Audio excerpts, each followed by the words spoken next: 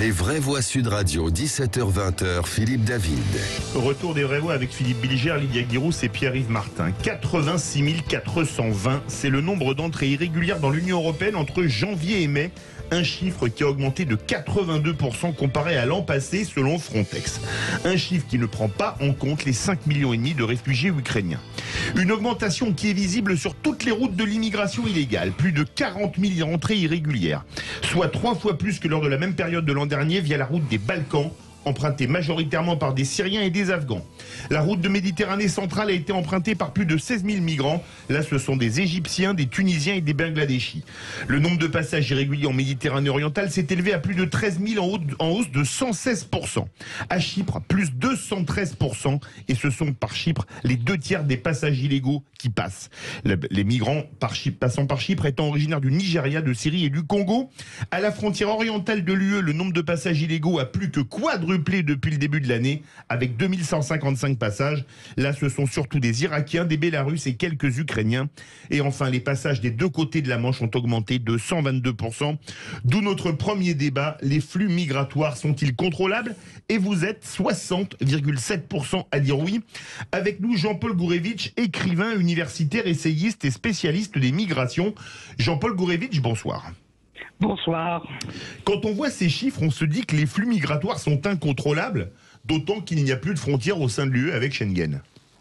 Alors, c'est vrai, mais deux choses. Premièrement, on n'empêchera jamais des migrants de venir soit légalement, soit en situation irrégulière pour quitter un pays dont ils ne veulent plus et aller dans un pays qui leur présente des opportunités sur le plan économique, sur le plan social, sur le plan sociétal ou autre. Donc ça, l'Europe, c'est pas une forteresse et il n'y a pas de possibilité de ce point de vue-là d'empêcher le départ des migrants.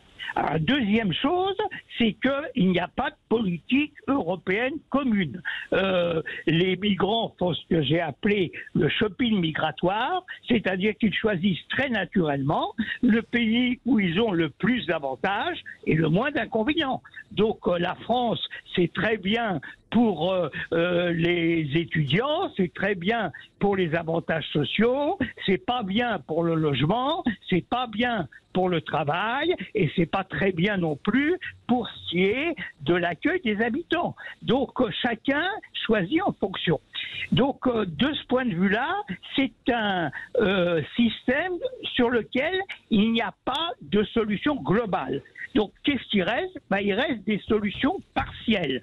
On en a proposé un certain nombre. La première, c'est le traitement rapide des demandes d'asile. La plupart des demandes d'asile sont ralenties parce que les migrants font des procédures d'appel auprès de la Cour nationale du droit d'asile. Et on a proposé, avec contribuables associés, de faire comme tout système d'appel, c'est-à-dire de déposer une caution qui leur sera remboursée s'ils ont satisfaction. Et là, on ne peut être à peu près sûr qu'un certain nombre qui savent qu'ils n'auront pas satisfaction ne déposeront pas d'appel et que ça accélérera le traitement des autres. Et la deuxième solution, c'est d'installer les hotspots près du pays d'origine, parce qu'on sait que quand quelqu'un a mis les pieds sur un territoire, il est très difficile de le reconduire. On le voit en France, vient de le voir en Grande-Bretagne, et ces reconduites en plus sont très très longues et très lointaines. Puis dernière solution, et qui est une solution qui n'a pas été vraiment explorée, c'est de travailler avec les diasporas. Les diasporas, c'est l'intermédiaire entre le pays d'accueil et le pays d'origine. Elles peuvent jouer un rôle très important sur le plan des transferts de fonds, sur le plan des transferts de savoir-faire, sur le plan des conseils à donner pour dire oui, venez, c'est possible ici, si vous avez un projet, etc. Ou au contraire, non, ne venez pas, vous allez errer dans les couloirs du métro en train de chercher un Eldorado impossible. Donc ce travail avec les diasporas n'a pas vraiment été entrepris. C'est ce qu'on fait, nous, dans le cadre du partenariat euro-africain, mais c'est à petite échelle. Philippe Bilger.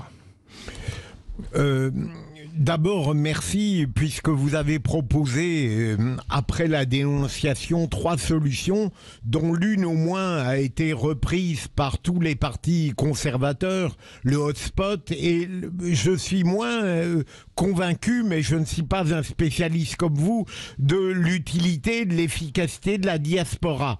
Mais je voudrais revenir aux chiffres, à l'augmentation considérable, impressionnante du chiffre que Philippe David a rappelé tout à l'heure.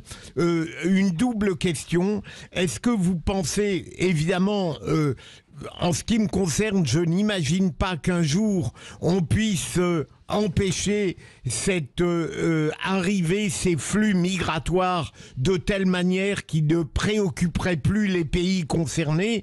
Et deuxième élément, est-ce que, en dehors des 3 solutions que vous avez évoquées, vous sentez de la part de Frontex et des moyens qu'on accorde à cet organisme une efficacité certaine pour répondre aux défis de ces flux migratoires?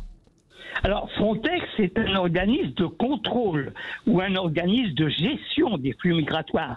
Il ne peut pas agir sur le désir de migrer qui est celui des gens du pays d'origine.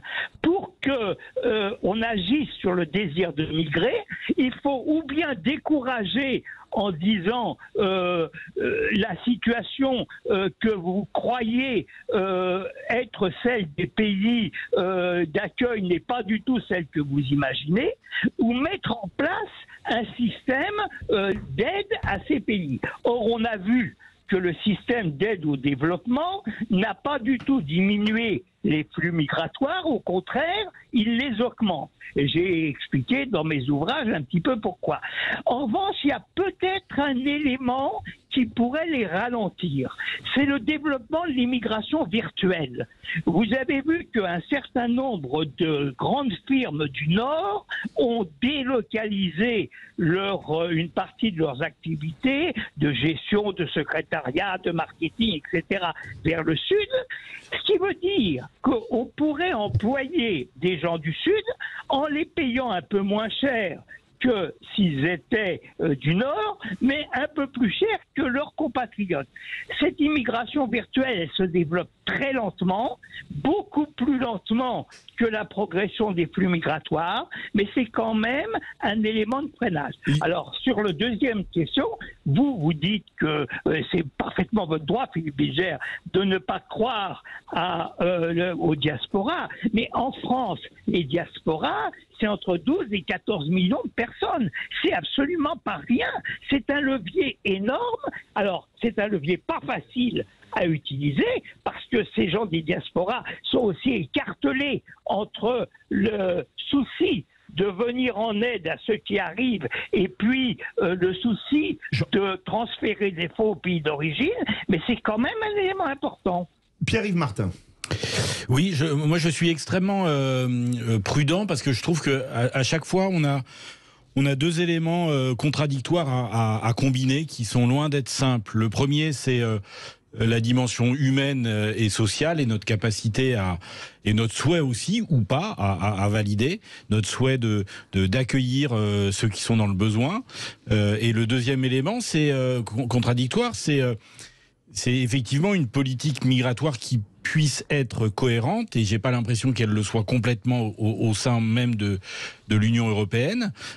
Et du coup, je sais pas s'il y a je sais pas par exemple s'il y a des objectifs chiffrés en termes de contrôle migratoire. Je sais pas si en début d'année on se dit bon bah voilà, il va falloir qu'on maîtrise tel flux, etc. Est-ce qu'on a traduit une vision migratoire en démarche opérationnelle? Jean-Paul Gourevitch. Et après, on part au 0826 300 300. Alors, 2 choses. Premièrement, il n'y a pas d'objectifs quantitatifs qui sont inscrits dans le marbre année par année. Deuxième point, on s'est préoccupé essentiellement de l'accueil. Mais le problème, c'est pas tellement l'accueil, parce qu'avec des efforts de part et d'autre, on peut accueillir. Le problème, c'est l'insertion professionnelle. Et là, toutes les enquêtes qui ont été faites, aussi bien par l'OCDE que par l'Office français de l'intégration et de l'immigration montre que 3 ans après, on est à peine un tiers des migrants qui sont arrivés ont un emploi dans l'économie formelle, voire dans l'économie informelle. On a donc là une volonté d'accueillir, mais on n'a pas une capacité d'insérer. On part au 0826 300 300 direction Paris. Bonsoir Nadia. Bonsoir. Est-ce que vous pensez, vous nous avez appelé donc au 0826 300 300, est-ce que vous pensez que les flux migratoires sont contrôlables ? Moi, je pense que donc il y a d'un côté les personnes qui viennent légalement, donc là c'est contrôlable puisque c'est des personnes qui respectent les règles qui viennent légalement. Et par rapport à l'immigration illégale, moi je pense qu'il y a un point sur lequel on devrait plus travailler, c'est des gens qui viennent victimes de mirages, comme il a été dit là, qui viennent pour des raisons économiques et qui pensent qu'elles vont réussir leur vie. Elles sont en fait finissent par travailler au noir dans des conditions qui sont indignes. Donc je pense qu'il y a un point dont on ne parle jamais, c'est tous ces employeurs en fait qui finalement exploitent cette misère, font travailler des personnes au noir, oui. et du coup entretiennent finalement un système où ces emplois qui sont mal payés, dans des conditions indignes. Mais Nadia, je vous donne la parole. Moi j'ai même appris quand il y avait eu une grève que des sous-traitants d'une grosse société de livraison de paquets rapides, c'était Chronopost de mémoire, étaient des sans-papiers, mais qui étaient déclarés. C'était complètement hallucinant. Voilà, donc du coup, je pense que c'est un cercle vicieux, puisque ces personnes, si ces emplois étaient légaux, en fait, elles pourraient venir légalement, avoir des droits, comme tout à chacun, comme tous les immigrés légaux qui cotisent, etc. Et du coup, on devrait plus sanctionner très sévèrement les employeurs qui utilisent des main-d'œuvre comme ça, non déclarées, sans titre de séjour, puisque ça entretient un circuit parallèle qui participe pas à l'économie de notre pays finalement, qui participe juste à enrichir certaines personnes et à maintenir des personnes sans droit ni titre comme ça à l'infini en fait, et qui finalement finissent par se faire expulser. Voilà. Donc, très intéressant ce que vous dites Nadia. Merci beaucoup Nadia de Paris. Jean-Paul Gourevitch, qu'est-ce que vous voulez répondre à Nadia? Ce qu'elle dit est très intéressant. Alors, il y a un système d'amende pour travail illégal, mais il a rapporté l'année dernière 149 millions. C'est très très peu par rapport à ce qu'il devrait rapporter s'il y avait un véritable contrôle. Et de ce point de vue-là, sur un plan financier, on vient de faire une monographie pour contribuables associés sur le coût annuel de l'immigration. L'immigration irrégulière, elle représente environ 4 milliards. C'est pas beaucoup par rapport au déficit de l'ensemble des recettes de l'immigration par rapport à l'ensemble des dépenses, puisque le déficit est d'environ 40 milliards, mais on pourrait au moins agir sur ces migrations irrégulières. Ceci dit, dans la proposition de Nadia, il y a un problème. Régulariser les sans-papiers qui ont du travail, ça paraît tout à fait logique. Seulement quand ces sans-papiers qui ont du travail seront régularisés, ils vont apporter des recettes à l'État, des recettes fiscales, des recettes sociales, mais ils vont aussi faire venir leur famille, se marier, avoir des enfants, et donc on va repartir dans un cycle de dépenses. Et c'est toujours le même problème. Sur le plan humain, on comprend très bien l'intérêt de la régularisation. Sur le plan financier, la régularisation aboutit à une plus-value au début et une moins-value en fin de parcours. Mais je voulais vous poser une question. La France n'expulse quasiment pas. Quand on voit 86 420 arriver en Europe en 5 mois, ça fait pas loin de 200 000 sur un an. Est-ce que les autres pays ont la même politique de non-expulsion ? Alors non, parce que nous sommes les champions de la non-expulsion, puisque selon les diverses études, entre 80 et 95% des gens qui sont déboutés restent sur le territoire français.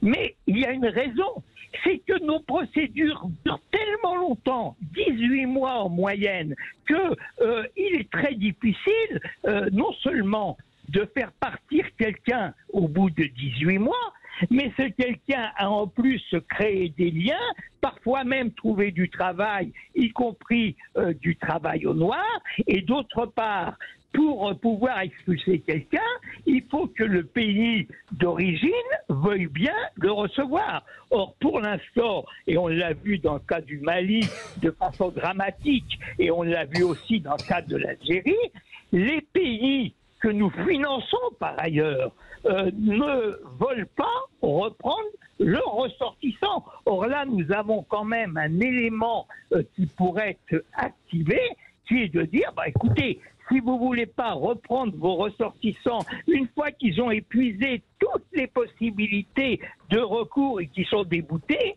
il n'y a pas de raison non plus qu'on continue à augmenter nos financements vis-à-vis de au vous. développement notamment. Merci beaucoup, voilà. Jean-Paul Gourevitch, écrivain universitaire, essayiste, spécialiste des migrations. Verdict sur Twitter. Les flux migratoires sont-ils contrôlables? Vous êtes 58,9% à dire oui. On se retrouve tout de suite pour la chronique politique de Philippe Rosset.